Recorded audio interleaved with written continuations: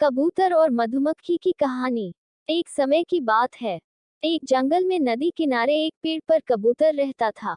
उसी जंगल में एक दिन कहीं से एक मधुमक्खी भी गुजर रही थी कि अचानक से वह एक नदी में जा गिरी।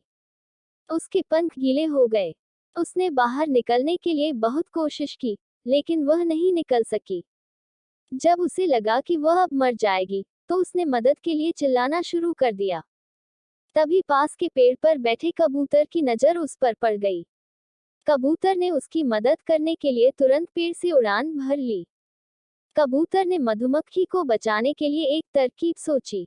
कबूतर ने एक पत्ते को अपनी चोंच में पकड़ा और उसे नदी में गिरा दिया। वह पत्ता मिलते ही मधुमक्खी उस पर बैठ गई। थोड़ी ही देर में उसके पंख सूख चुके थे। अब वह उड़ने के लिए तैयार थी। उसने कबूतर को जान बचाने के लिए धन्यवाद बोला। उसके बाद मधुमक्खी वहां से उड़कर चली गई। इस बात को कई दिन बीत चुके थे।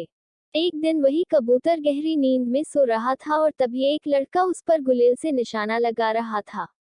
कबूतर गहरी नींद में था, इसलिए वह इस बात से अनजान था, लेकिन उसी समय वहां से एक मधुमक्खी गुजर रही थी, जिसकी नजर उस लड़के पर पड़ गई।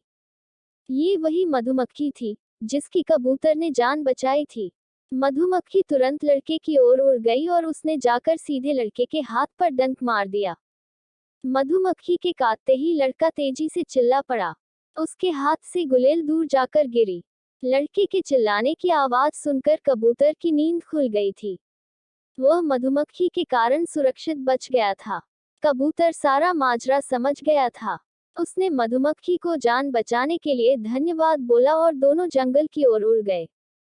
कहानी से सीख। इस कहानी से यह सीख मिलती है कि हमें मुसीबत में फंसे व्यक्ति की मदद जरूर करनी चाहिए। इससे हमें भविष्य में इसके अच्छे परिणाम जरूर मिलते हैं। कहानी अच्छी लगे तो हमारे चैनल को सब्सक्राइब करना ना भूलें।